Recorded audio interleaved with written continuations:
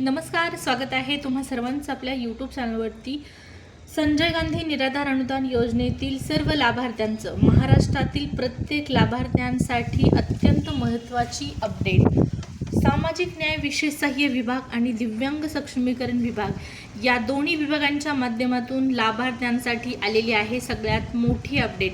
मग या योजनेतील तुम्ही दिव्यांग बांधव असाल, विधवा महिला भगिनी असाल, वृद्धपाकल योजनेचे लाभार्थी असाल किंवा श्रमबाळ योजनेचे लाभार्थी असाल, तुम्हा सर्वांसाठी ही व्हिडिओ नक्कीच महत्त्वाची असणार आहे। त्यामुळे व्हिडिओ स्किप न करता शेवटपर्यंत पहा। सोबतच एक विनंती आहे, तुम्ही जर चॅनलवर पहिल्यांदा आला असाल, पहिल्यांदा व्हिडिओ पाहत असाल तर चॅनलला सबस्क्राईब करून सुद्धा ठेवा, जेणेकरून तुम्हाला या योजनेच्या सर्व लेटेस्ट आणि नवीन अपडेट, नवीन माहिती वेळेवर जाणून घेण्यासाठी नक्कीच मदत होईल। चला तर मग सुरुवात करूया आजच्या या व्हिडिओला आणि जाणून घेऊया महत्त्वाची अशी माहिती। तर या ठिकाणी पहा, संजय गांधी निराधार अनुदान योजनेतील लाभार्थ्यांसाठी सगळ्यात मोठी अपडेट आहे। सामाजिक न्याय विशेष सहाय्य विभागाअंतर्गत निधी वळवण्यात आलेला आहे आणि हा निधी या योजनेच्या लाभार्थ्यांव्यतिरिक्त दुसऱ्या लाभार्थ्यांना वितरित केला जाणार आहे। तुम्हाला माहित आहे, संजय गांधी निराधार अनुदान योजनेतील लाभार्थ्यांना सामाजिक विशेष सहाय्य विभागाअंतर्गत निधी मंजूर करून तुमचं अनुदान प्रत्येक महिन्याचं वाटप केलं जातं। मात्र आता अशी माहिती समोर आलेली आहे, सामाजिक न्याय विशेष सहाय्य विभागाअंतर्गत जो निधी आहे तो एका दुसऱ्याच विभागाकडे वर्ग करण्यात आलेला आहे आणि त्या विभागाकडे वर्ग करण्यात आलेला निधी लाडकी बहीण योजनेच्या लाभार्थ्यांना वितरित केला जाणार आहे। वळवण्यात आलेला निधी सामाजिक न्याय विशेष सहाय्य विभागाअंतर्गत वळवण्यात आलेला निधी लाडकी बहीण योजनेच्या लाभार्थ्यांना वितरित केला जाणार आहे। पहा, आता यामध्ये लाडक्या बहिणींना अनुदान मिळत आहे, ही गोष्ट चांगलीच आहे। मात्र यात महत्त्वाचा मुद्दा असा आहे, महिला व बाल विकास विभागाअंतर्गत लाडकी बहीण योजना राबवण्यात येते आणि त्याच विभागाच्या माध्यमातून निधी मंजूर होऊन तो वितरित होणं अपेक्षित आहे।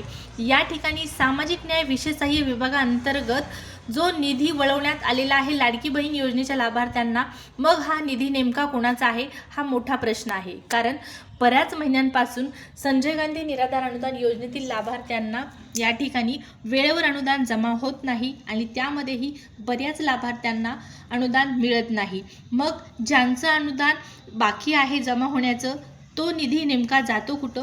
अशाच पद्धतीने सर्व लाभार्थ्यांचा, राहिलेल्या लाभार्थ्यांचा निधी दुसऱ्या विभागाला वळवण्यात येतो का, हा एक प्रश्न यावरून उपस्थित आता झालेला आहे। मात्र यामध्ये आणखीन एक महत्त्वाचा मुद्दा असा आहे की लाभार्थ्यांचीच यामध्ये चूक म्हणावी लागेल। उदाहरणार्थ या ठिकाणी पाहू शकता, कालच्या तारखेला एक महत्त्वाचं नोटिफिकेशन जारी करण्यात आलेलं आहे सामाजिक न्याय विशेष सहाय्य विभागाअंतर्गत आणि या नोटिफिकेशनच्या द्वारे सांगण्यात आलेलं आहे, संजय गांधी निराधार अनुदान योजनेतील लाभार्थ्यांना बेनिफिशरी सत्यापन या ॲपद्वारे डिजिटल प्रमाणपत्र, कोणतं डिजिटल लाईफ सर्टिफिकेट सादर करावायचं आहे। म्हणजेच तुमच्या हयातीचा दाखला तुम्हाला सादर करावायचा आहे आणि त्याकरता दिनांक 7 मे 2026 रोजीच्या शासन निर्णयान्वये सूचनासुद्धा देण्यात आलेल्या आहे।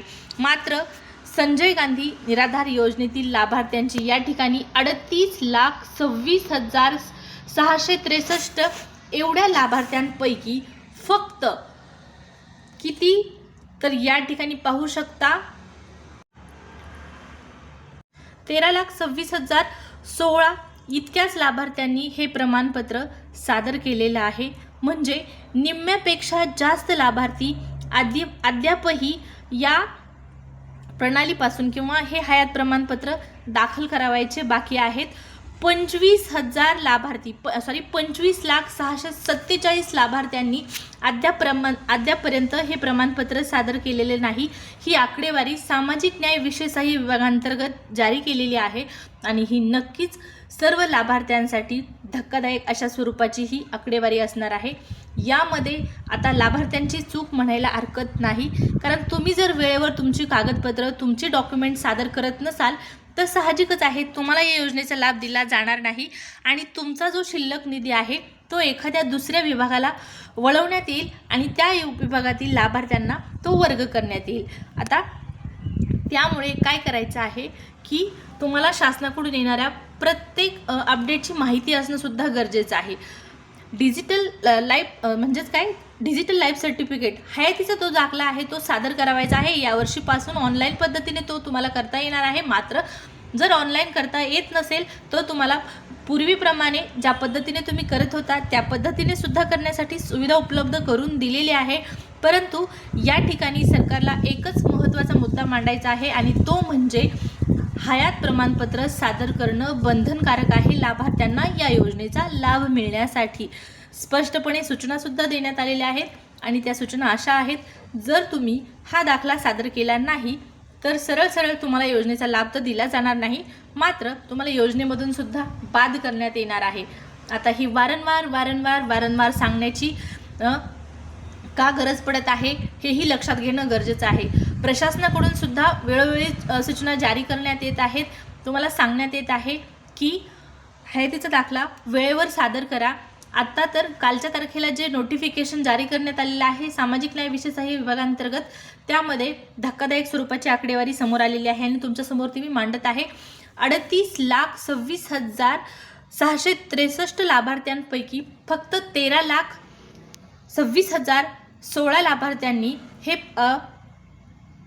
सादर केलेलं आहे आणि इतर लाभार्थी जे आहेत त्या लाभार्थ्यांनी हे आणखीनही सादर केलेलं नाही. 25,06,447 एवढ्या लाभार्थ्यांनी 25,647 लाभार्थ्यांनी अद्यापही हे सादर केलेलं नाही.